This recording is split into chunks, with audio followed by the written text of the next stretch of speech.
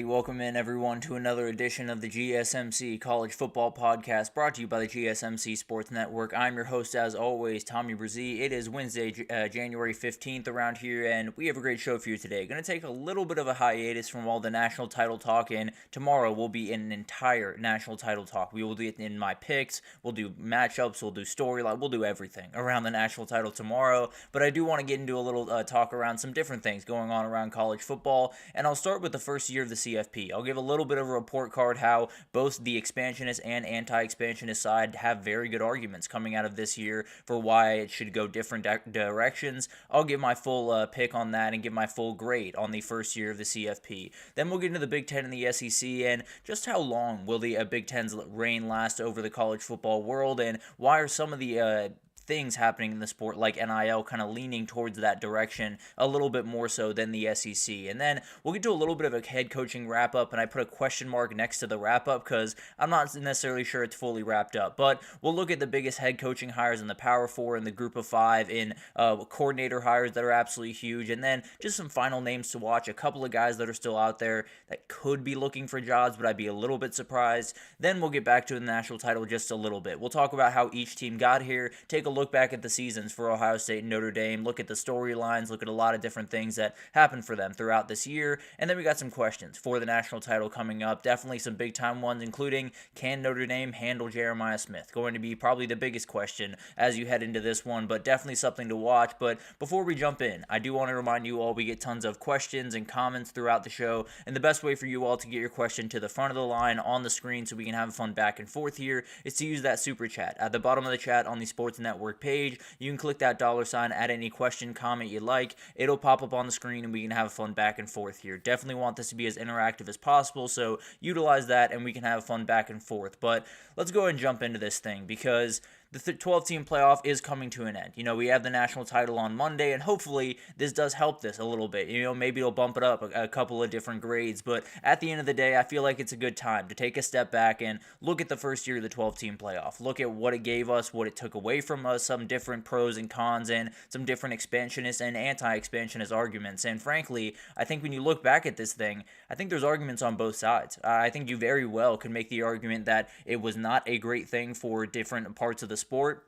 You could easily argue it was fantastic for different parts of the sport, and I'm a little bit confused as well. I'm kind of in between these two, so I'll give you my grade at the end of this, but I did want to get into the expansionist arguments. You know, what they're pulling from this one to say this was a great move. This was something that absolutely had to happen, and these are reasons why it had to happen. So the biggest one that people have been throwing around is Ohio State and Notre Dame wouldn't have been in the 14 playoff. We saw a couple of different rankings at the very end. It was Notre Dame 5, it was Ohio State 6, so they would have been those two teams right on the outside looking in. Now, I have said in the past that I do think Notre Dame might have slid in, and maybe even Ohio State might have slid in over Penn State and Texas after those games, but at the end of the day, we don't know that. What we do know is they were ranked 5 and 6 in the last rankings, so they wouldn't have been in the 14 playoff. And now, and they've made a run to a title. So that's kind of the big time question. You know, a lot of people, this is what they wanted from the 12-team playoff, was teams that hypothetically can stumble from time to time throughout the year, even at the end of the year, like Ohio State did with Michigan,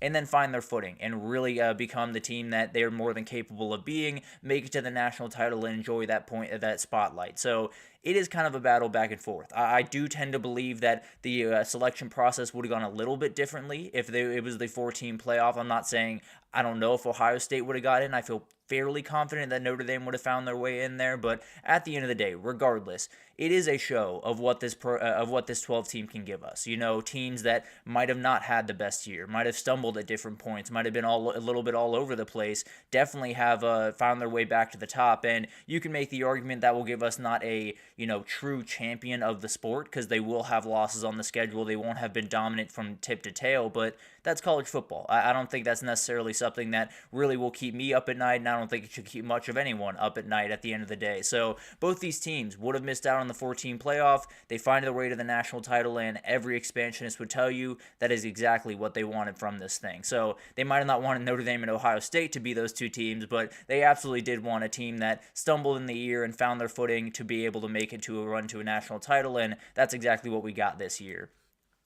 Another one is more meeting on different games. And this is a kind of an interesting argument that really could be argued with anti-expansionists as well, could make this argument just as easily, because I do think there was more emphasis put on certain games, like SMU playing down the stretch. That SMU Pitt game was massive. It was two teams that were very much still in the conversation for the CFP, that were battling for a spot in that ACC title, and it was a huge, huge game over there in Dallas. Obviously, SMU kind of rolled them, but at the end of the day, it carried on throughout the sport. Boise State, we were watching essentially every week, not only to see what Ashton Genty would do, but to see if they could make the CFP. Arizona State, the exact same way, and Iowa State, Kansas State, all of these teams that, reality, when you get to the 9th, 10th week of the season in past years, you're probably not tuning in too much. Now, I'm tuning in because I'm a crazy person, and I absolutely love just every inch of this sport. So the reality is it's somewhat a difference of style between fans, but I do think it did give a little bit more shine to some teams that deserve a little bit more shine. This college football world has been so around the Big Two in the SEC and the Big Ten. It still very much is, and we'll talk about that in the next segment. But overall, you look at this season, I think a lot more people know a lot more about the ACC and the Big 12 than they did in the past years, because the 12-team playoff gave them a reason to tune into these teams. So the month of November was as spread as I've ever seen it before, and I think it was a great thing for the sport. Now, you could easily argue that it took away value from other games, and that's something we'll talk about here in a second, but I will say, being able to see SMU be appointment television, being able to see Boise State and Arizona State be appointment television is a really, really cool thing, and is very, very good for the sport, especially as the top two just kind of gain all this power and kind of take over the sport in a lot of ways. And then the incredible semifinal games is one that a lot of people are throwing out there, and it's not necessarily because, we wouldn't get this in the 4-team. We obviously missed the mark in a couple of different years. Last year we had two great ones, but at the end of the day, you do look at this and say, in a 12-team playoff, these teams have the ability to get their feet under them. They have the ability to kind of fight through some different things and maybe not play their best football to start this thing, but finally hit their stride and really play great football down the stretch, and maybe it'll make for tighter games in the semifinal games. Maybe these teams won't have that entire month off and then have to jump into a big-time game, and then you could lead to a couple of blowouts here and there. But on the other side of this, you have Texas that has been able to get ready and be able to play a couple of games before Ohio State. You have Ohio State that was able to play Tennessee and play Oregon and get their feet under them, and they didn't really need that, to be totally fair, but it did give an ability for both these teams to know what they're doing wrong, know what they're doing right, and attack at the at the fullest extent. So I do think it was a very, very fun thing. I do think it's something that will help these games be a little bit tighter down the stretch, and a big reason why I'm not necessarily saying the national title is going to be some type of blowout, because I think both these teams have found their stride throughout this thing, and I think it's going to be really, really hard to be able to pull away from these teams just because of how crisp they're playing at this very moment. Now, the flip side of that argument is you're playing too much football. You're getting these guys a little bit hurt, and frankly, I probably want to talk about that on Friday in a little bit more detail, but it's definitely something to think about. But these incredible semifinal games are absolutely an argument that the 12-team playoff is doing what it was designed to do. But then you have the anti-expansion group that absolutely has plenty of arguments as well coming out of this thing. The early round blowouts is probably the biggest one of the bunch, and it's one that I've talked about a little bit, and it's one I don't care about, if I'm being totally honest, because you want to look around every single playoff scenario, including NFL wildcard this past weekend. We got one good game. That's the reality of playoffs in a lot of different respects, where we got that Buccaneers-Commanders game, and that was about it. Now, it's not to say that, we don't have great games from different times in the NFL wildcard or in early rounds of playoffs, and I think we will have them in the CFP, but you look at the first round of the CFP, no elite games, not by any means, but I don't necessarily think that's an indictment of the postseason. I don't think that's something that will bury the 12-team, and I think it's something that was happening in the 4-team was definitely going to happen in the 12-team, so if you didn't expect that, I don't know what to tell you, if I'm being totally honest. But anti-expansionist group will absolutely push this and say this is a big-time reason they'll push for doing away with auto buys, do away with different things that create a little bit more of a gap between these first-round matchups. Then you do have the title is proof that there is diminished importance on the regular season. It just is. So you have a Notre Dame team that lost to NIU. You have an Ohio State team that lost to Michigan at the very end of the year. There is a lot of people, and I'm sort of in this group. I kind of battle back and forth in this, that if those things are going to happen, if you're going to allow a Michigan team that has essentially no pass game to beat you, if you're going to allow an NIU team where you were coming off a win over A&M to beat you on your home field, maybe you don't deserve a chance to compete for a national title. So that's kind of the other argument that you can have, is the regular season for these teams in particular, not necessarily for the grandiose respect, but for these teams in particular, was diminished a little bit. The importance of every single game was diminished a little bit because Ohio State found their way in with 2 losses against, and especially one at the very end of the year that every single other year would have buried them. There's no doubt about that. And then NIU is one that it would have buried Notre Dame. And every single other year, even if they win 11-1, a lot of people will be arguing that they don't deserve to be in. It would have been an argument a little bit more so for Notre Dame, but it is proof that that Michigan loss, that NIU loss do not mean nearly as much as they used to mean. And it is proof that a lot of the worries of the diminished regular season, at least in certain circumstances for certain teams, is kind of coming to fruition. So we can argue back and forth on that. I think it's obviously a little bit more important for teams in the ACC and the Big 12, but it's a little less important for teams like Ohio State, Notre Dame, even Texas, Georgia, a couple of those teams that can bounce back from a couple of losses and still find their way in, and then they really hit their stride and win a national title. So this is one where you can go back and forth on, but it is proof that for certain teams, these regular season games don't mean quite as much as they used to mean.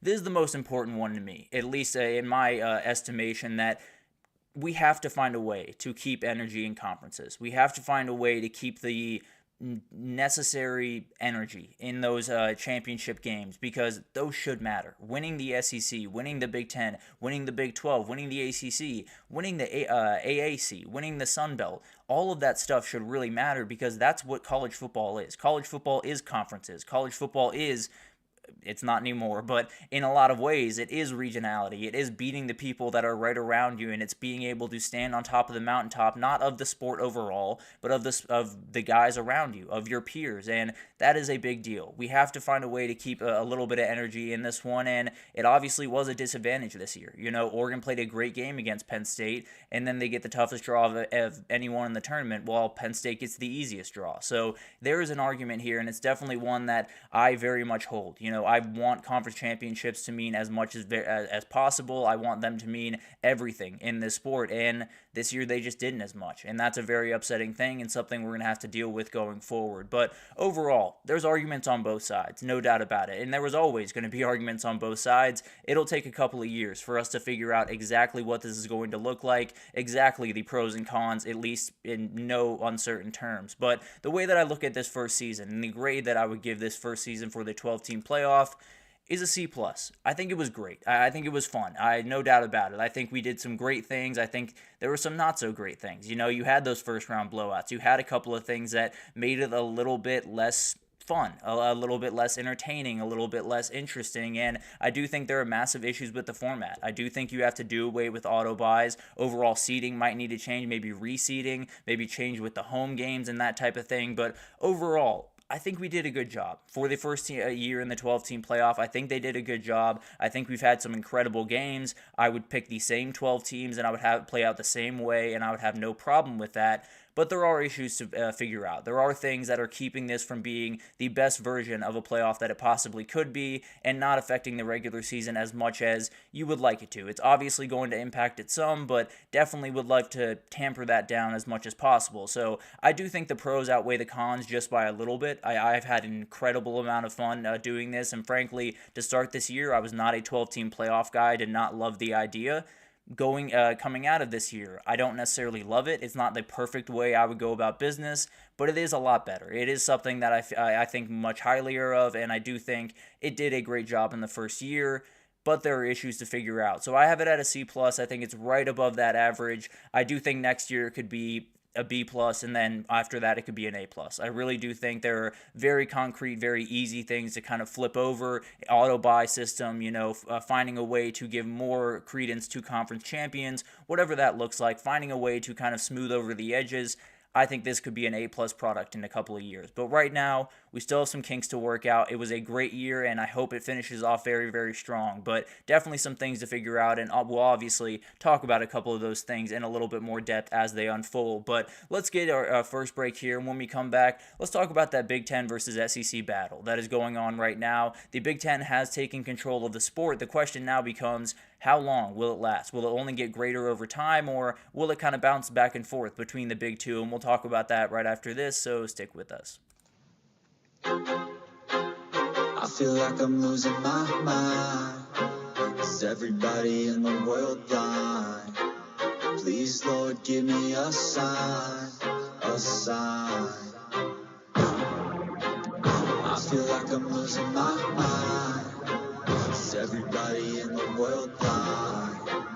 Please, Lord, give me a sign, a sign. I wanna be the greatest. Everybody on the fake shit. I look around and feel like everybody is the fakest. I make this every day and I'm impatient, hoping one day I blow up from the basement. Statement, the top is so vacant. I don't hear shit that I think is amazing. Waiting for my day when I'm playing sold out shows for 1,000 faces. Hey, give me that crown, get in my way and to be put down. It ain't your place, all this my town. If I want that shit, then I'll get it right now. I'm losing it, the noose it fits, I'm losing shit. A stupid myth, you choose to live or choose to dip. You choose to fight or lose your grip and lose a gift. I feel like I'm losing my mind. Is everybody in the world blind? Please, Lord, give me a sign, a sign. I feel like I'm losing my mind. Is everybody in the world blind? Alrighty, welcome back everyone. We just talked about the CFP in the very first year, gave a grade for it. I'm going to go with the C+. I do think it was a very successful year. I think it did what it was supposed to do, and I think it gave us a lot of great things. There are some kinks to figure out, and I think it could be an A+ product in a couple of years once we figure out those kinks. Have to assume there's going to be more teams in that thing, but we'll figure it out when time comes, and definitely some things that we'll talk about. Probably next week I'll get into what I would do with the playoff, what I would do with conference real, a lot of different things. I'll talk about next week kind of in the future of this sport. But how long will the Big Ten reign last is something that I want to talk about here for a second, because it's been established at this point that the Big Ten has passed the SEC. They are the top conference in the country. They are back in the. They could have back-to-back national champions. The SEC has been sitting on the sideline the last 2 years for that game. So it's been pretty clear. The Big Ten has jumped the SEC. The question now becomes, how far have they jumped the SEC, and how long will it last for them being above the SEC and not, will it bounce back and forth? Will it be the Big Ten just kind of carrying the weight for a very long time? And I think there's a good argument both ways, if I'm being totally honest. I really do think the Big Ten is set up for a lot of success in the NIL era, in the era just coming forward for the next couple of years. And the SEC has plenty of arguments as well, that they will bounce right back and be able to play what the advantages that the Big Ten was able to take advantage of. Same thing the SEC will try to do over the next 5 years or so. But let's first get into why the Big Ten can stay on top, the reasons the Big Ten could stay on top, and I think this is one that gets a little bit overlooked, but the big city appeal in the NIL era is a big deal. There's no doubt about that. You have a lot of schools that are very, very close to the city of Chicago up there in the Big Ten, a couple of schools very close to Indianapolis, a couple of schools close to New York City. When you talk about Rutgers and Maryland and a couple other schools like that, Maryland next to Baltimore. So you do have a lot of people that say, the NIL era is all about, where you are. It's all about the connections that you have and the ability that you have to kind of garner those connections. That happens in big-time cities. That's the reality. There's no doubt about that. Anthony, I'm only seeing one of your comments here, but I will address this one real quick. I don't think it'll last as long as people think. I think the SEC is having a down year, and I think they're going to be at the top of the conference.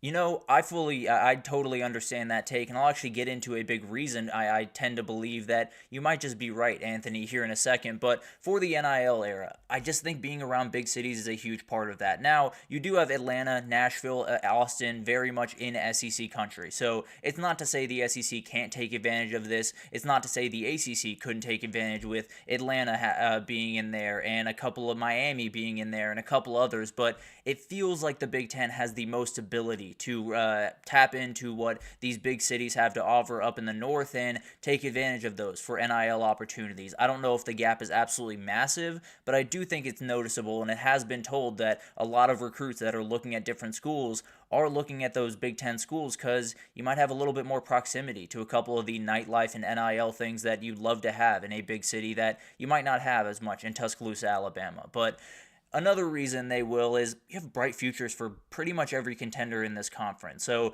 Ohio State, obviously on the cusp of a title, and they're Ohio State. They always have a bright future. I'm not going to worry about Ohio State. Penn State is looking great for 2025, and I think beyond. I really do love what Ethan Gronkmeyer can bring to that team, and I really think they're going to be incredible teams to watch. And Anthony, here's the other couple of questions, but for the playoff, I think what should have happened is ASU is I don't care that ASU and Boise State won the conference, they shouldn't have gotten the bye, and that I fully agree with that statement, if I'm being totally honest. I don't think auto buys are a good idea, and I do think Texas and Penn State should have gotten those Final Four spots. What I will say is I do think we should reward those teams, so maybe you give Boise State and Arizona State a home game, but not a bye, and that's something we can iron out, definitely something that I'll talk about next week when I get into my official plans for the CFP going forward. But as in terms of the contenders in the Big Ten and what they look like going forward, you obviously, Penn State looking great in 2025, and I think beyond, they're going to be more than fine. Oregon with Dan Lanning feels like they continue to roll in the right direction, a little bit slower than they might want, but still rolling in the right direction. And then Michigan with Bryce Underwood, obviously is going to be a huge part of this, definitely a guy that can elevate that program in a lot of different ways. And then you have Illinois, Indiana, Nebraska, which is a huge one to watch over the next couple of years. If they elevate, the Big Ten might be able to stay on top for a very, very long time. But then you do have Wisconsin and a couple other teams that very well could elevate a little bit more and help out that bottom half of the Big Ten that has been a little bit lacking comparative to the SEC in the past couple of years. But then the SEC has plenty as well. There's no doubt about that. UGA and Bama just waning just a little bit has opened this door, and I definitely do think there's a little bit more of a bright future with the top contenders in the Big Ten than they are in the SEC, but it's a really tight margin if I'm being totally honest, and you'll find with this, it's going to be a tight margin for a very long time in this argument. But then you got expansion argument here, and it's for the Big Ten, the biggest thing is you're going to be the front of the line for expansion opportunities. Now, I don't necessarily think that's going to happen. I don't necessarily, especially this offseason, I don't expect a lot of movement. I think the Mountain West and the MAC could get involved and get a couple of teams here and there. I don't see the Big Ten or the SEC getting involved very much this offseason. I think it'll be more about the Big Ten and the SEC fighting the ACC and the Big 12 more than anything else. But I do think there will be a little bit of fighting, but when you look into the future, Big Ten will be the first choice for a team like UNC, for a team like Miami, for just about every team because they are the number one in money. There's no doubt about that, and they're definitely a team or a conference that will have their pick of the litter in a lot of different ways. Now, they do have the academic requirements that make it a little bit tougher, have to be an AAU school if you want to be in the Big Ten, but if they were able to just malign that just a little bit, change that just a little bit, I do think there would be a conversation to be had, and I think they could become a power conference that would be nearly impossible to stop. But Anthony has one here. I think a Cinderella season for Indiana, or I think this was a Cinderella season for Indiana. I think they go back to being 8. I fully understand that, and that's something that definitely is something to watch, and we'll talk about that in a little bit more detail. Definitely something I want to get into because they look like a good team going into 2025, but a lot of different questions, no doubt about that. And then, yeah, absolutely. I fully agree that the Big Ten, I think Miami, I think Clemson is a much better fit in the SEC as well as Florida State. I think when you look at the Big Ten, probably North Carolina, Virginia, those type of teams feel like better fits, but definitely is a world where the Big Ten is going to get all of the teams that want to be in a new conference are going to look at the Big Ten first in a lot of different ways. But then we got to get to the SEC, and while they'll bounce back, and we'll get to that question about 2025 here in a second, Anthony, but elite fan buy-in is a huge part of this because in the NIL world, you need people that are just coming to your games to donate just that little bit more, to go to the NIL fund, to go to the collective to help this team get a little bit better. So that's kind of the biggest thing here is these SEC teams are not used to being bad. That's just the reality. Auburn has a title in this century. Florida has been remarkable in this past century, and even it feel like they're turning a corner just about right now. And then you do have Georgia, you do have Bama, Texas, Oklahoma. All of these teams are very used to success. They're very used to winning 9 games, winning 10 games, getting into the national conversation, and they don't really accept anything less. So you look at Auburn right now. Auburn has Hugh Freeze, and it feels like things are sort of moving in the right direction. Did a great job in the portal, did a great job all over the place. If they don't win next year, he will be fired, and they will go out and get the biggest guy that they can possibly get. They will attack that thing the same exact way they attacked the Hugh Freeze hire, and they will continue to do that until they get it right. I think that is a small difference between the SEC and the Big Ten is I don't think the SEC is going to rest until they are back on top of this sport. I don't think these fans are going to rest. I don't think the administration or these teams are really going to rest because the reality is these fans are just so insane. I lived in SEC country. I went to an SEC school. I am telling you, these fans will not accept anything but being the top team in the country, but being one of the top programs in the country, and I do think that will play a little bit of a part. It's not to say that Big Ten fans are bad or Big Ten fans aren't bought in as much, but it is to say that I think these schools down in the SEC are getting a little bit mad right about now, and I think these fans are getting a little bit mad, and I think they're going to take over just a little bit over the next little bit and be very, very mad. A lot of money will be going into the NIL funds for all these SEC schools. And the Billy Napier conversation is one that I'm watching with a fine-tooth comb. I'm very interested in what that holds. Now, let's talk about the 2025 season because that does have something to do with Billy Napier because that's a big thing here is I think the SEC has elite quarterback play coming in 2025 and beyond 2025. I think they will have the best quarterbacks in the country, and you tend to find that the best quarterbacks in the country find their way to being the best teams in the country. Now, there are questions, no doubt about that, and you look at the Big Ten, you do have Bryce Underwood, you do have Julian Sayin, you do have a guy like Aiden Childs that I think could elevate over the next couple of years. So there's a lot of different things that are going on in the Big Ten that there's great quarterback play there.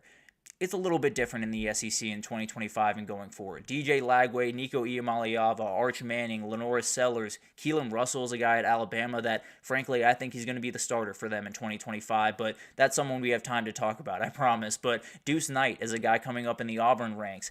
I just think the quarterback play at the SEC is going to be ridiculous over the next 2, 3, 4 years, and I don't think it's going to go anywhere. And I think when you look at the world of college football, you got the quarterback, you got a lot of things heading in the right direction. So that's a huge reason for me, and Anthony, it's a huge reason why the SEC might just bounce right back on top. You know, Texas could be the dominant team in the country next year, and we'll talk about Texas likely on Friday because a lot of guys going out the door, and it will define what 2025 looks like. But overall, really elite quarterback play coming in the next couple of years in the SEC, and I really do think that will tip the scales just a little bit towards the SEC in this one.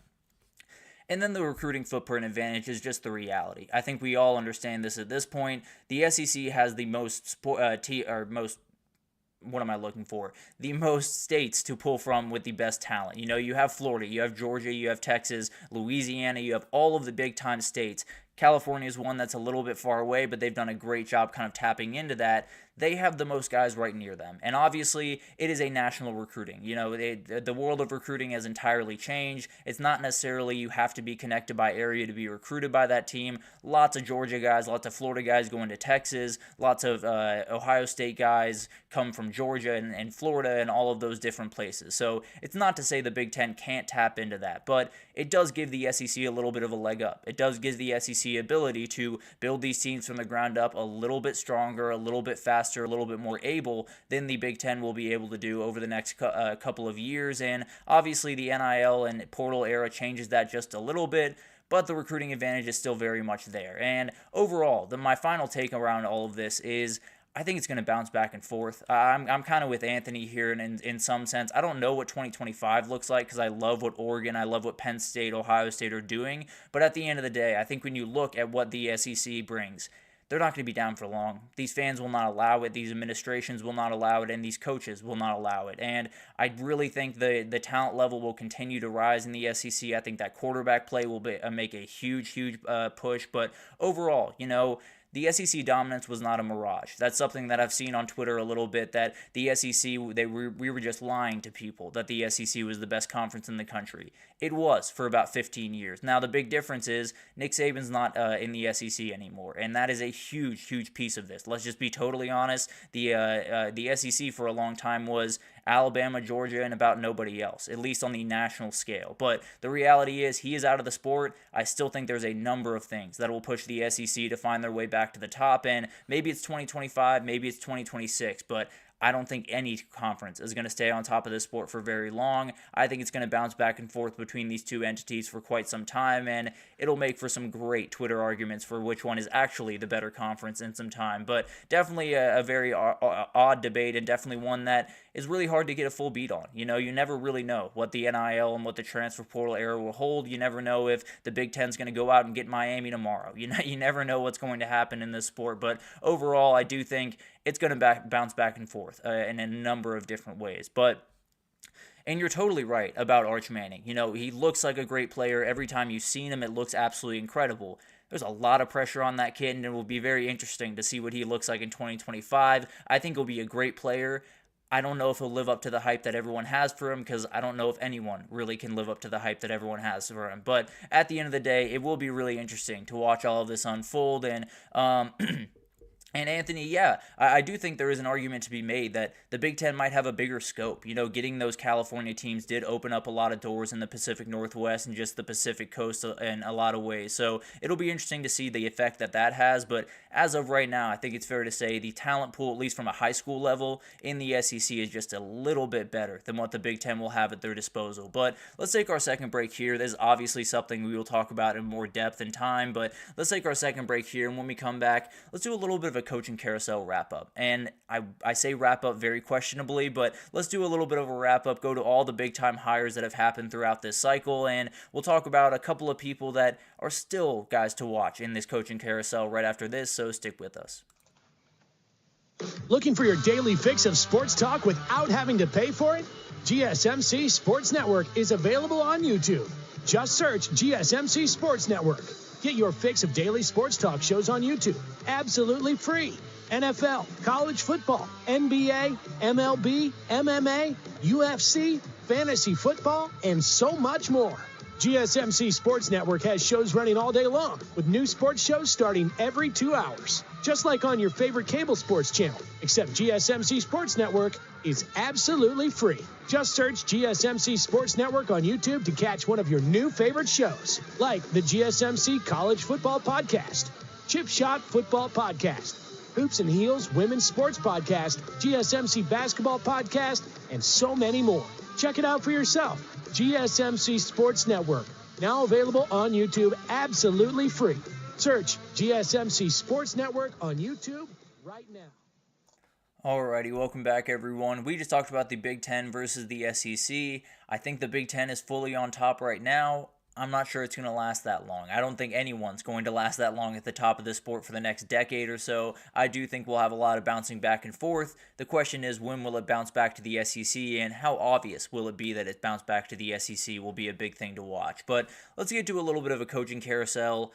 I'll call it a wrap-up, but there could be some twists and turns even today. There could be some twists and turns in this thing, but let's go ahead and get into this. And it's been a weird coaching cycle because hasn't been necessarily a lot of openings. You know, you had North Carolina, you had Purdue, you had West Virginia, UCF, but you didn't have necessarily big-time jobs that opened, and that's something we'll talk about at the end of this. But overall, there's a lot of different things to talk about, and it was a very interesting cycle. If it wasn't, you know, a lot of different hires, the hires that were made were very, very fascinating to watch unfold. And we'll start with the Power Five. I am going to expand it to the Washington State and Oregon State just to make things a little bit easier on myself. But for the hires that have happened around those, obviously North Carolina and Bill Belichick steal the show. There's no doubt about that. There's already been talk around him in the NFL. I'll be totally honest. I think the hire is very cool. I think it's going to be interesting to watch, and I'm very, very questionable of it. I think it's going to be one of those things that I don't think it's all that long-lived. I don't think he stays there beyond 2025. Obviously, I'd love to be proved wrong on that because I'd love to have Bill Belichick stick around in college football for quite some time and become a big-time coach in this sport. But I just don't see it being the case. I think there will be an opening in the NFL at some point that he will jump at. I tend to believe it will be after this year, but this year is going to be really fun to watch. There's no doubt about that. So enjoy it all while you can, because I have a feeling that Bill Belichick will not be around in college football for much longer. But moving forward, you do have Purdue bringing back Barry Odom. Or not bringing back Barry Odom, but hiring Barry Odom from UNLV. You had West Virginia get Rich Rod from Jacksonville State, and it's two very interesting hires. It's two hires that I think could really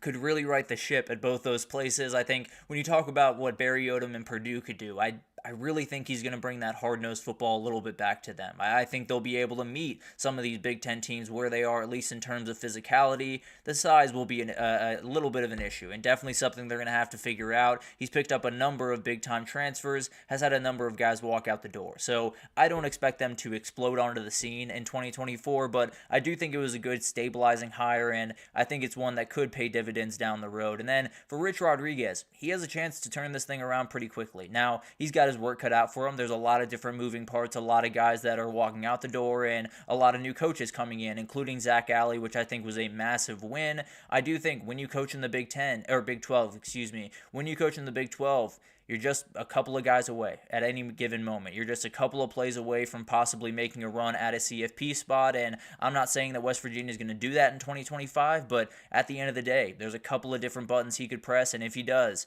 I think these things could really happen in a hurry.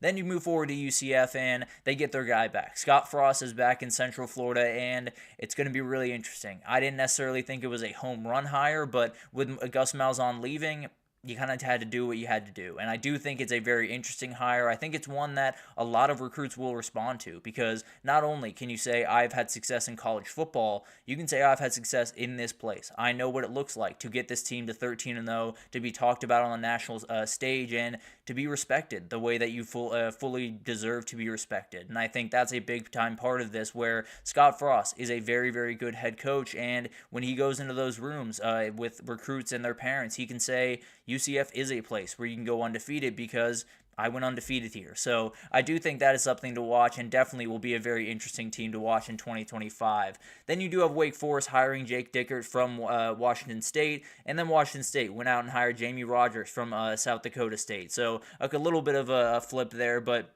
I think both really, really solid hires. I think Jimmy Rogers is a guy that you will see continue to elevate in this sport. I would love to see what he will do in the new Pac-12 in a couple of years, but Jake Dickert is a guy that I think was a great hire. I think when you had a couple of guys move on from that program, it was in a weird place. You know, Dave Clawson was such an anchor for that program for such a long time that it was going to be a very interesting coaching search. I think they found a very good guy. I think they found a guy that is going to be willing to stick around there for a little bit longer than some other guys would, and I think he's at least going to be able to make them a fighting chance in the ACC. I don't expect them to really fight for a title in 2025, but I do think they're going to be a more frisky team, and I think moving forward, we'll hear from Wake Forest just that little bit more like we had during different times during Dave Clawson's time there. But overall, really fun group. Hypothetically, I think there could be a couple more NFL swoops, and we'll talk about that here in a second. But overall, I do think it's one of those groups that you might not, hear all the headlines about. You might not get hit over the head other than Bill Belichick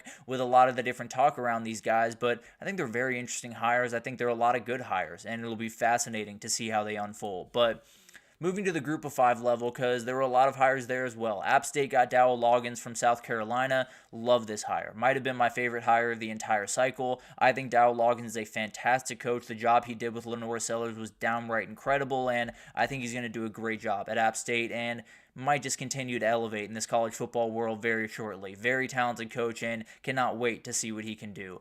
Matt Entz is back in the head coaching realm with Fresno State after a weird year for Fresno State without Jeff Tedford, left before the year with some health concerns, and then obviously they made their way through the year, played a relatively good year, but now they officially have their head coach moving forward. Love this guy. Very, very talented head coach, did a great job at NDSU, and absolutely will do a great job here. And then then UNLV got the guy. Dan Mullen is the one that was the most interesting hire of the cycle outside of Bill Belichick, of course, but a great hire for them. He's doing incredible things in the portal right now, picking up some guys that if you hit the right buttons, they could be downright special. But definitely something to watch there, a hire that I absolutely love and cannot wait to see how that one unfolds. Charles Huff was a situation that was very much talked about and around bowl season that Marshall did not want to pay him. So he walked out the door to Southern Miss, as did a lot of those players. They had to forfeit their bowl game. Been talked about a lot, but definitely a coach that I think can scale that program, and then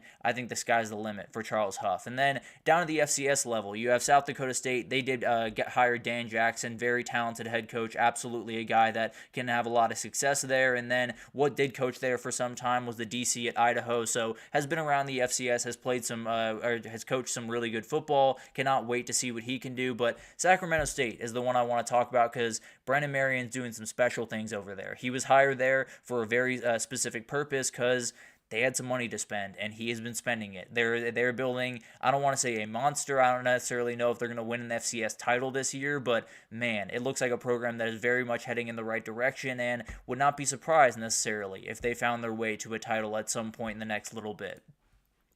Then major coordinator hires, and there's still a couple out there not filled, or Penn State DC, Oklahoma DC, a couple of different positions out there that we'll be watching very closely over the next week or so. But then you look at the rest of the jobs. The Florida State OC is Gus Malzahn. I know that sounds a little bit crazy, but he left UCF as the head coach to become the OC at Florida State. I think it makes a lot of sense. I think him and Mike Norvell will work very well together, and he'll be able to take a little bit more pressure off Mike Norvell when it comes to game calling and game planning as you get close to these games. Oklahoma might have made the coordinator hire of the cycle with Ben Arbuckle, obviously brought in John Mateer with that as well, so they did more than fine on that realm. Now, you have some issues to figure out, no doubt about that, beyond those two guys, but love this hire and definitely one that I think could pay huge dividends for this team. Chip Lindsey is taking over the Bryce Underwood era over there at Michigan, and he did a great job at UNC, but there were different moments where they struggled at times. The offensive line is going to be huge. If they can get that offensive line rolling, it is going to be a lethal offense for them, and it'll be really fun to watch what he can do with Bryce Underwood in year one and obviously beyond that. Then Clemson got the hire yesterday with Tom Allen. Very, very good hire for them. Definitely one that at the very least brings in different ideas, and Clemson has been really missing that piece of this. So really respect this hire by Dabo Swinney. I think it's a little bit different than what he's been doing, and it's a very, very good one. Obviously, North Carolina hires Steve Belichick. Very good hire for them. Also, I forgot one. Washington did hire Ryan Walters to replace Steve Belichick. So the old Purdue head coach has gotten a job. Fantastic defensive coordinator, and I expect big things from Washington next year. And then you do have Miami DC, Corey Heatherman. That was another hire that happened this week. So very, very solid hire. It'll be very interesting to see what he can do down there in Coral Gables. But that's about what you got right now. There's still a couple of straggling coordinator hires, and there possibly could be a couple of head coaching hires, and let's get into that right now. The names to watch are Deion Sanders is one of the biggest ones. The Cowboys have spoken to Deion Sanders about their new opening with Mike McCarthy moving on. It doesn't sound like it's going to materialize into anything, but Deion Sanders has also not said that he is absolutely staying in Boulder. He has said that he loves Boulder, he loves his team, he loves the fan base, he loves the student body. He never said that he wasn't taking the job. So it will be an interesting thing to watch. I think a lot of the energy right now around that Cowboys job is around Kellen Moore, the former offensive coordinator for them. But as of right now, it's definitely something to watch, and we'll keep our eye out on it very closely, and obviously beyond 2025 very closely on this one. Marcus Freeman is another one we've talked about just a little bit.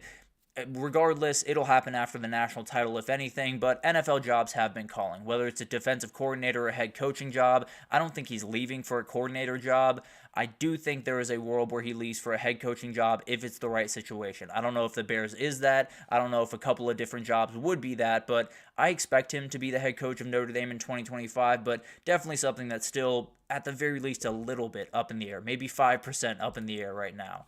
Ryan Day is another one that is a very hypothetical question. I don't think he's leaving. I don't think the fans really want him to leave at this point. Now, they might want him to leave if he loses on Monday, but at the end of the day, there have been ideas floated out there. There have been opportunities that have been out there, so it'll be interesting. I don't expect him to leave as well, but definitely something to watch as we get into this.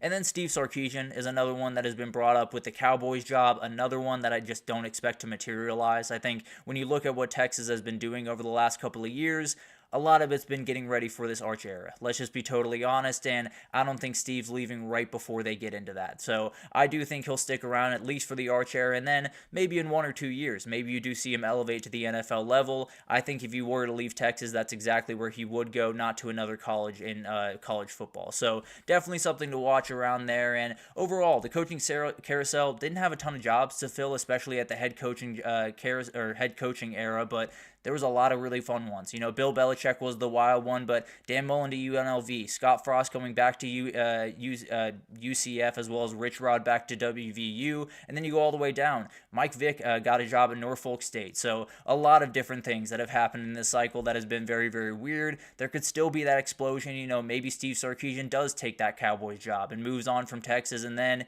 dominoes will fall. It will be absolutely Armageddon around college football. I don't expect that to happen. I do think we have a relatively calm end to this coaching carousel, but you never know. There's always that landmine that they step over it, then the entire college football world could go into chaos. But let's take our third break here, and when we come back, let's just talk about we'll go back to the national title. Let's talk about how each of these teams got to the national title, like a little look back on their season, just their schedule, their CFP run, some of the storylines they had to overcome, and all of the different things in between, and we'll talk about it right after this, so stick with us.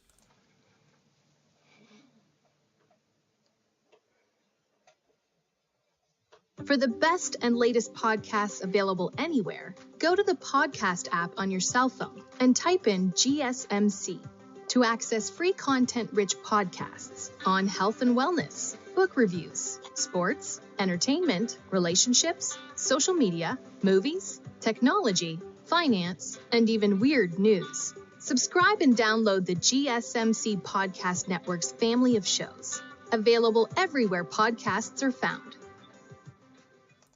Alrighty, welcome back everyone. We just talked about the coaching carousel, hopefully did a little bit of a wrap-up on the coaching carousel. There's still a couple of stragglers that could send an absolute bomb into the college football world, but as of right now, I feel like we're coming to a relatively comfortable end, so hopefully there's no craziness, and if there is, obviously we will talk about it on here. But at the end of the day, I do want to get into just how both these teams got here, how both the national title teams found their way to Atlanta and are going to face off in this game on Monday. And it was two very similar paths in a lot of different ways. Not perfect throughout a couple of different points this season, but found their way to play the best football at the right moment. So it's a lot of similar narratives throughout these two teams, but two very, very different teams, two very different attacks, two very different paths in a lot of different ways. So let's go ahead and jump into this thing, and we'll start with Ohio State and just do a quick overlook of the games that they played in the regular season. Not a lot to think of in the first 5 games there. Obviously, they very much dominated their competition, did not give up a lot of points. That Marshall game started a little bit slow, and people started to get a little bit worried, but they handled business there, had no problems, and moved on forward. They played great, great football. Then you got to October 12th, and everyone knew that that was the game that everyone was looking forward to. We were very much hoping that they both got in there undefeated. They very much did, and now it was an incredible battle. It was one of the best games of the year. They come out on the wrong side with just a little bit of a late slide from Will Howard. That obviously puts them in a weird spot. It puts them in a spot where you don't know how many games you have to win to get into the Big Ten Championship. You don't know how many games you have to win to get into the CFP. There's a million different questions, especially with that Penn State game staring down. And then you come back after a bye week and you beat Nebraska by 4 points. And then you really have questions, and you're wondering, is this team even close to a national title team? Will they be able to hit their stride when they very much need to? Because it feels like they're waning at the very wrong moment. Then they go to State College, get that big-time win over Penn State. A little bit precarious at times, got down by 10, but controlled the majority of that game and really kind of handled it the same way they have in a number of years over Penn State. Purdue was Purdue at the end of the day. Northwestern was a team that just didn't have much of a shot in that game. Was a weird game over there in Wrigley Field, but definitely was one that Ohio State was going to win and definitely did. Carnell Tate's a little bit of a breaking out party in that game. And then you did have Indiana handle business there. A little bit of a scare early, but finished off very, very strong.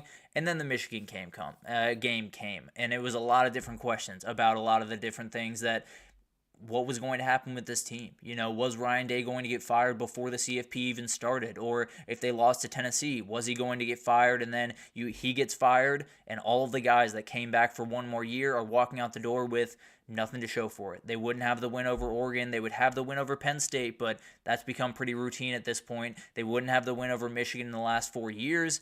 They wouldn't have a Big Ten title. They wouldn't have a national title. And all of that is still on the table. As upsetting as that is for all of the Ohio State fans out there, everyone knows Ohio State has 3 goals any given year, as does pretty much any elite team in any given conference. You want to beat your rival at the very end of the year, whether that's Michigan for Ohio State or Auburn for Alabama or Alabama for Auburn, what have you.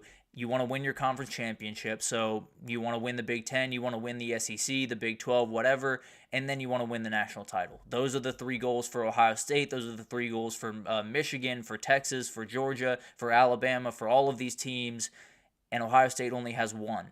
They only have 1 that they could possibly get, and you're looking forward and saying it was a title or bust year. You still have the ability to get the title, but man, if you don't, there's going to be a lot of questions about what this team is going forward and a lot of questions around Ryan Day going forward. But overall, they made it through the regular season, 10-2, not the season that they wanted by any means, but they found their way into the dance. They got a home game against Tennessee, and then the juggernaut started, and they just took over the sport in a hurry. Ohio State wins 42-17 over Tennessee, 41-21 over Oregon, then 28-14 over Texas. A little bit of a tougher battle against Texas, no doubt about that. But these were, at the very least 2, but probably 3 of the best performances that we've had all year. The first 2 were the best the team has looked in 2024 by a fairly comfortable margin. In a lot of different ways, they were downright unstoppable. And that team is the one that everyone imagined as we went into this year was this $20 million roster.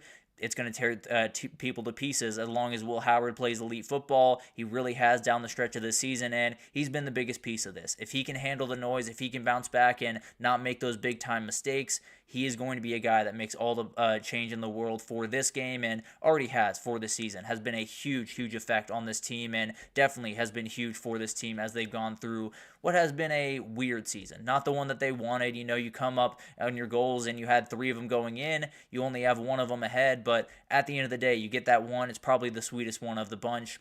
Although some people would argue that Michigan win was a little bit sweeter. But moving forward to storylines that they had to deal with throughout this year, the O-line injuries. Everyone's talking about Notre Dame's O-line injuries because they're a little bit more on top of the brain with a couple of guys that have gone out, but Ohio State has dealt with a lot as well. Josh Simmons was downright an NFL, maybe a first-round pick, and he might still be a first-round pick, frankly, at left tackle that forced Donovan Jackson to kick out there. Then you had Seth McLaughlin go down, and you're thinking, is this offensive line even going to be able to block anyone, especially the elite defensive lines that they were facing throughout the CFP? It was a huge worry for me, but they've handled business. They've done a great, great job, and it's definitely been a huge piece of why they've made this run and why they've been able to find a stabilizing force is Donovan Jackson's done great at that left tackle position, and a lot of the guys that have, Carson Hinsman's done a great job at center. It's been a huge, huge success for them, but obviously a big-time challenge coming up on Monday. And then the Jeremiah Smith show. This was the one that kind of stole everyone's heart throughout the year for Ohio State is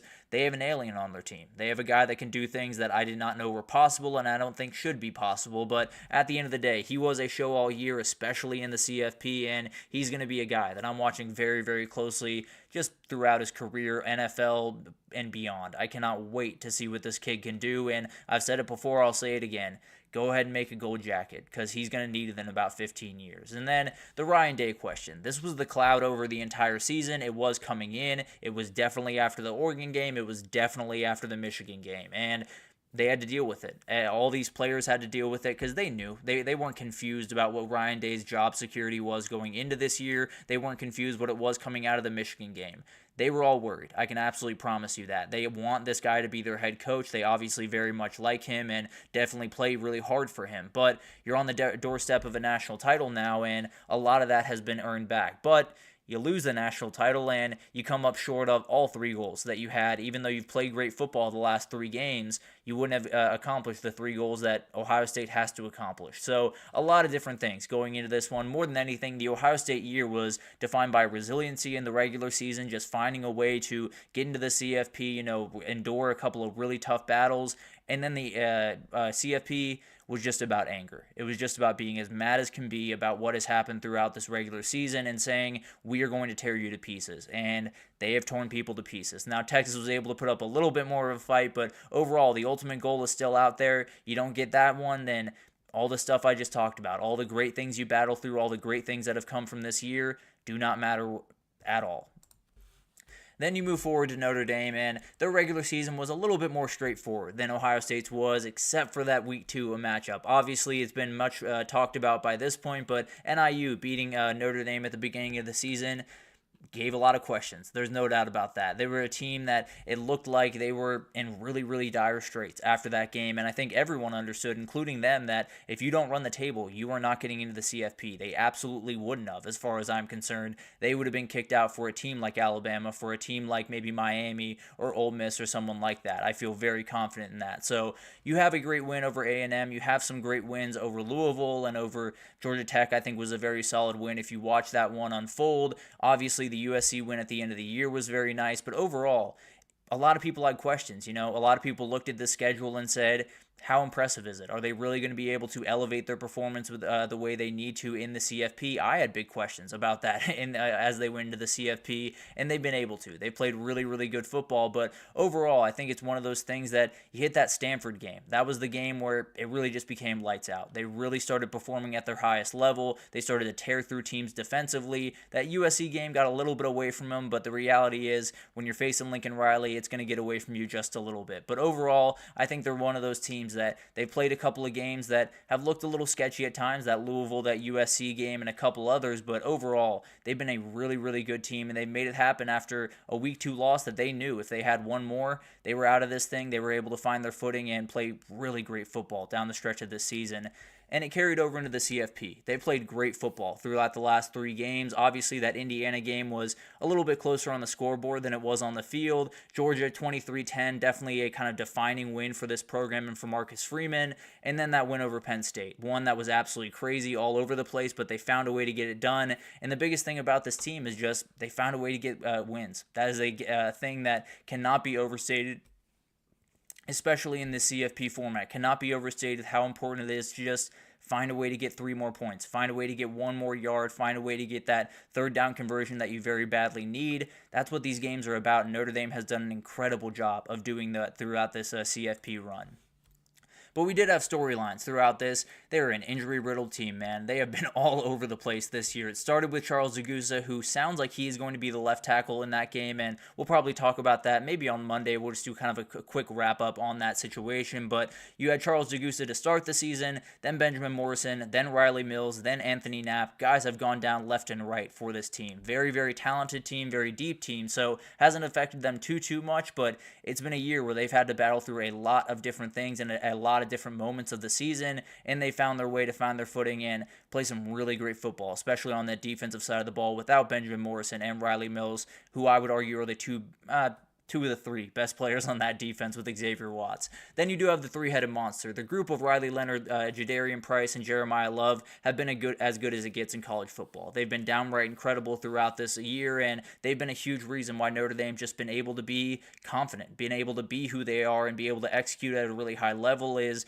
you don't have to be special when you have 3 different guys that can be special on their own. So you don't have to do anything special when it comes to play calling. Just let these guys do what they do, and they're going to get you a lot of great plays. And then the NIU Storm Cloud. This was a reality for this team, and it's something we've talked about, but they had to earn their respect back. They had to earn their respect back for all the people in the college football world. They had to earn their respect back for themselves. There's no doubt about that. And now you had that game against UGA and Penn State. That might have been the moment where a lot of people earned the respect back finally. But overall, that loss was downright devastating. It's the reason that they're here today. It's the reason that they've been able to battle back. And I'm not saying they should thank NIU.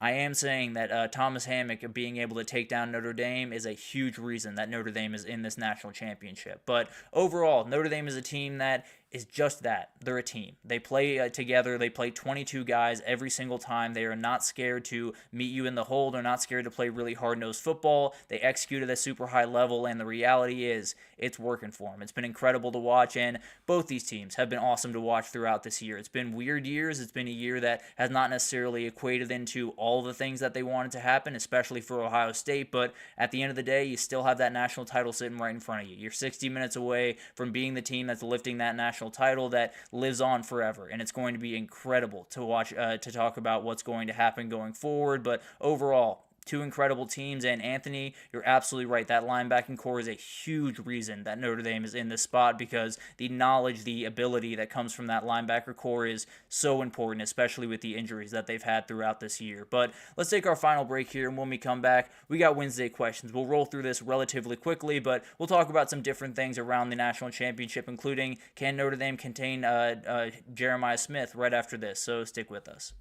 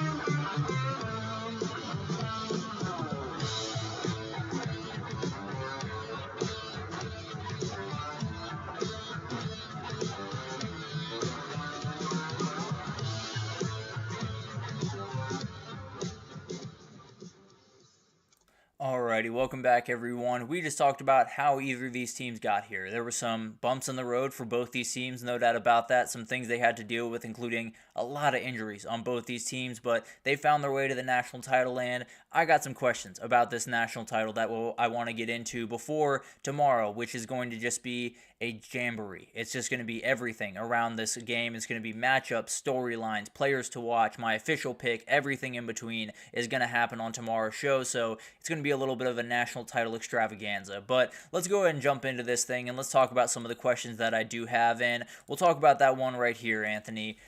Can Notre Dame handle this guy? Can they control this guy? Can they keep this guy at bay? And the big time question is something that Anthony brought up here is Texas did a great job. They did triple cover him at different times. They did play two safeties over top. They played a safety over top. There were very few times that he was not at least bracketed or at least in the middle of three different guys in zone. He wasn't necessarily, manned up by three guys the same way you saw, I think, Calvin Johnson, that infamous picture. But at the end of the day, he was definitely someone that they keyed in on, and they absolutely tried to hold their own in, and they did a great job. One catch for 3 yards, and Notre Dame's looking at that and saying, how can we replicate that?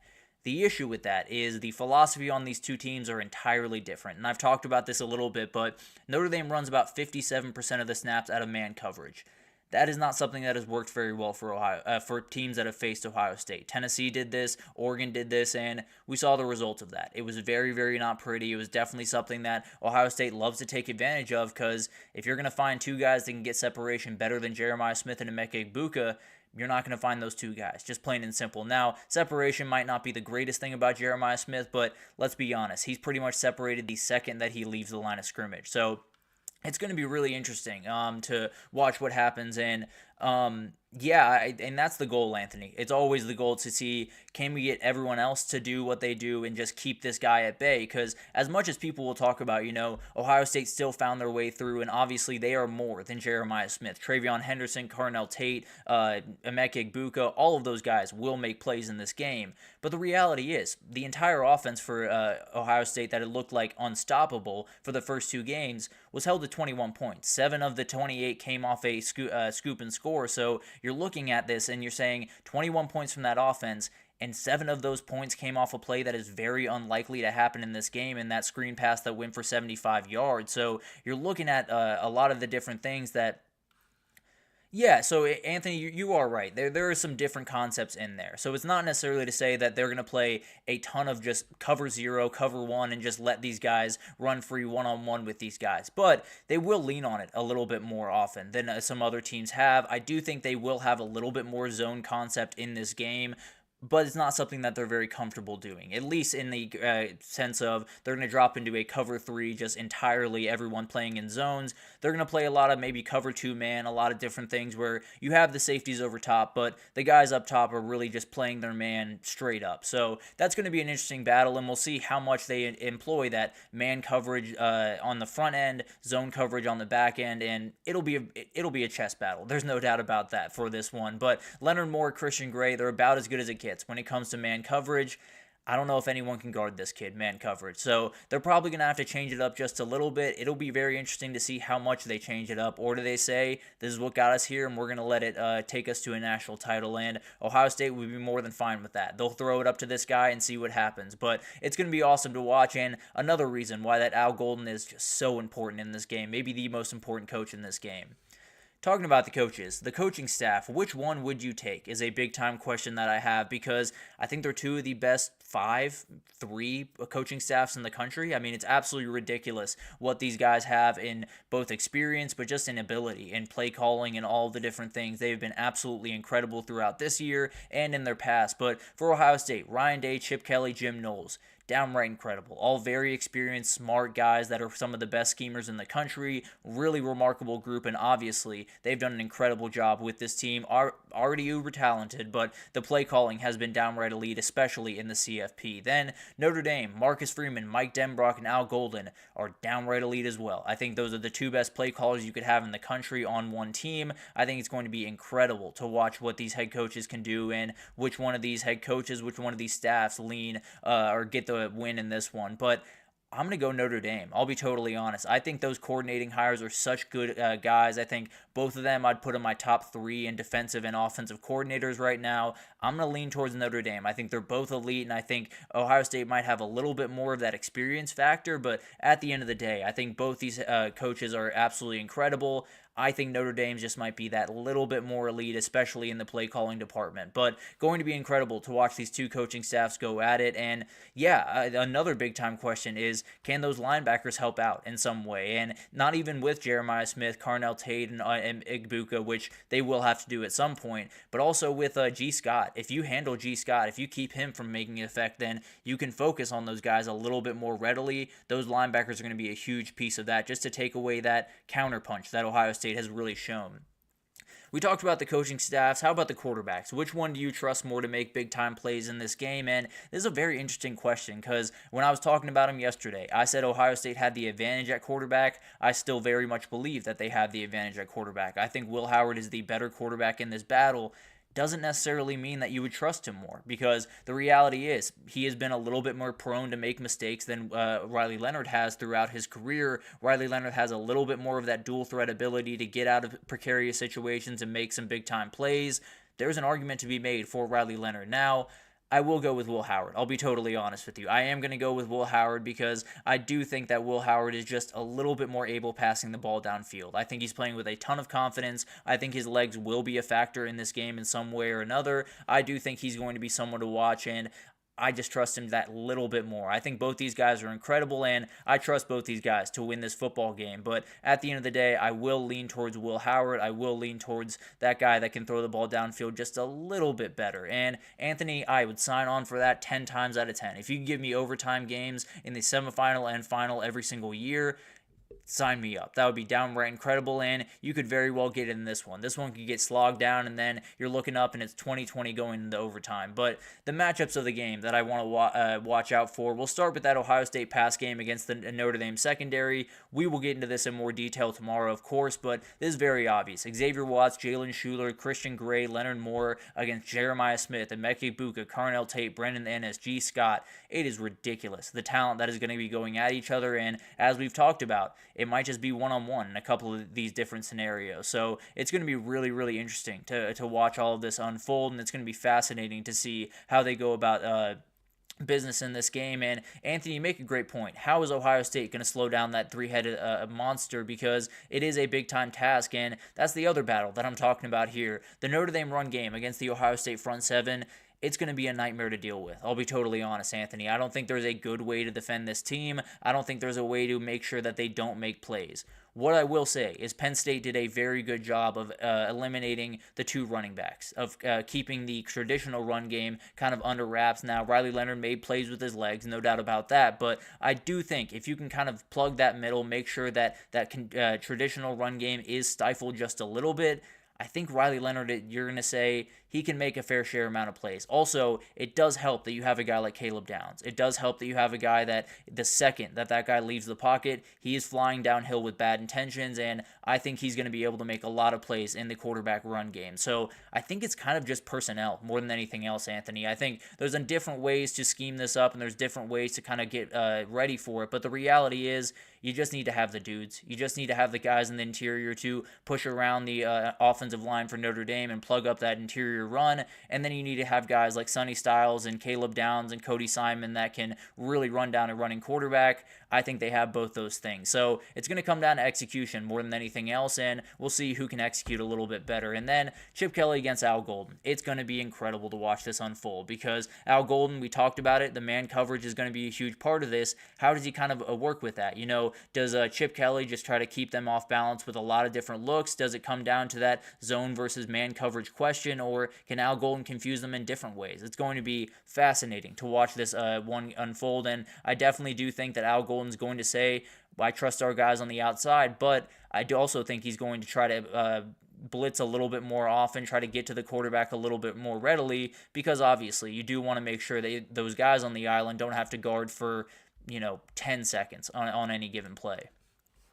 Riley Leonard, can he be a difference maker with his legs? Because he better. That's the reality of this game. We just talked about it, Anthony, how it's going to be a nightmare to kind of figure out how they're going to defend it, and he's going to have to be the guy that's going to have to make big plays. He made big plays against Penn State, didn't necessarily get going super consistently throughout that game, but definitely made some big-time plays down the stretch. Obviously, against Georgia, made a number of plays, so I do think it's a world where if he doesn't make plays with his legs, if that running game is not able to predicate off Riley Leonard being able to pull that ball, get off on the edge, and make 8, 9, 10 yards on a first down, I think you're going to have a problem, just plain and simple. I think these running backs are fantastic, but if they don't have to worry about that quarterback read game, this interior is going to get absolutely abused. I'm just being totally honest. There is no way that you're going to be able to pull Riley Leonard's running ability out of this game and still have a Notre Dame win. So you're going to have to get this. If you're Notre Dame, you're going to have to get Riley Leonard out on the edge and avoid a guy like Caleb Downs flying downhill at what looks like 1,000,000 miles an hour every time he does it. But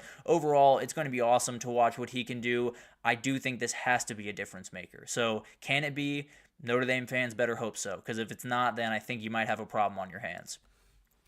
And then could the title mean a change at both places? And this is one we talked about a little bit earlier in the show, so I won't waste too much time on this, but there is the question here. We talked about it earlier, or I believe last week actually we talked about it, was Ryan Day. Does he just move on regardless? Does he just move on even if they win the national title? Does he say that this is too much, I have no desire to be around the constant criticism and unfair criticism that I've got, I'm going to ride out as a national champion and move on to the NFL? Does Marcus Freeman do that? Because the reality is, I'm not necessarily saying that he is going to leave Notre Dame. I fully expect him to stay at Notre Dame for quite some time. That being said, if the Bears call and your guy, and it's Caleb Williams up there, it could be hard to turn down. I'll be totally honest. Now, I tend to believe he will, but I do think it's one of those big-time questions. Same for Ryan Day, that there are going to be moments where he is going to be able to walk out of this program, and it will be in this offseason that he will have a little bit of an opening. I think he'll be at Ohio State in 2025, but there are questions behind the scenes, and it's definitely something that you're going to watch. So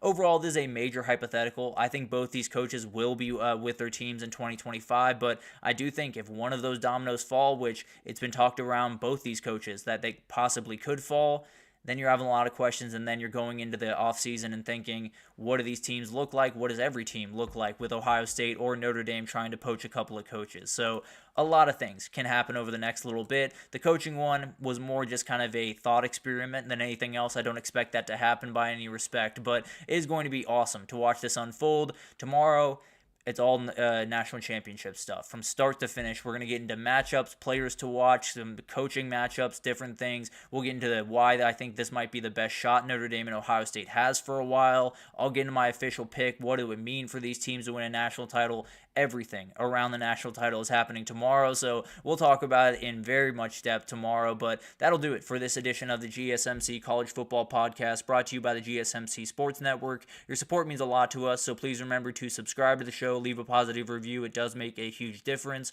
Also, follow us on Facebook, Twitter, TikTok, Instagram, all the social pages for all the content and updates you could possibly need. We have great people doing great work across every single sport you could want, so anything in the world of sports, come on over to GSMC and we have you totally covered. But thank you once again for listening. We'll be back tomorrow for just a national championship extravaganza, but I'll see you then at 9 a.m. Eastern. Mm-hmm. Mm-hmm. Mm-hmm.